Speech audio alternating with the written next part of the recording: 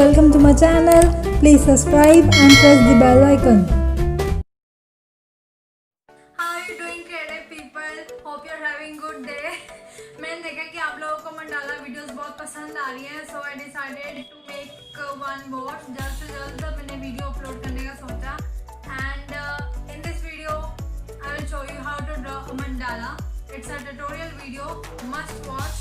And if you haven't seen the previous videos of mandala, link is in the description. First make horizontal and vertical line. Then with the help of scale and compass, mark all the points. I have taken 2 cm to make a circle.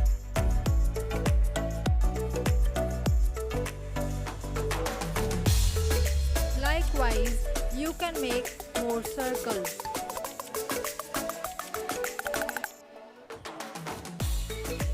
Next, draw intersecting lines. It will be easier for you.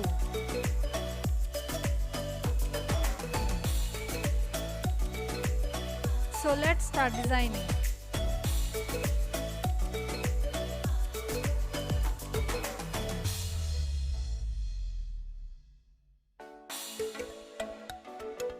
Many of you might think, what is mandala art?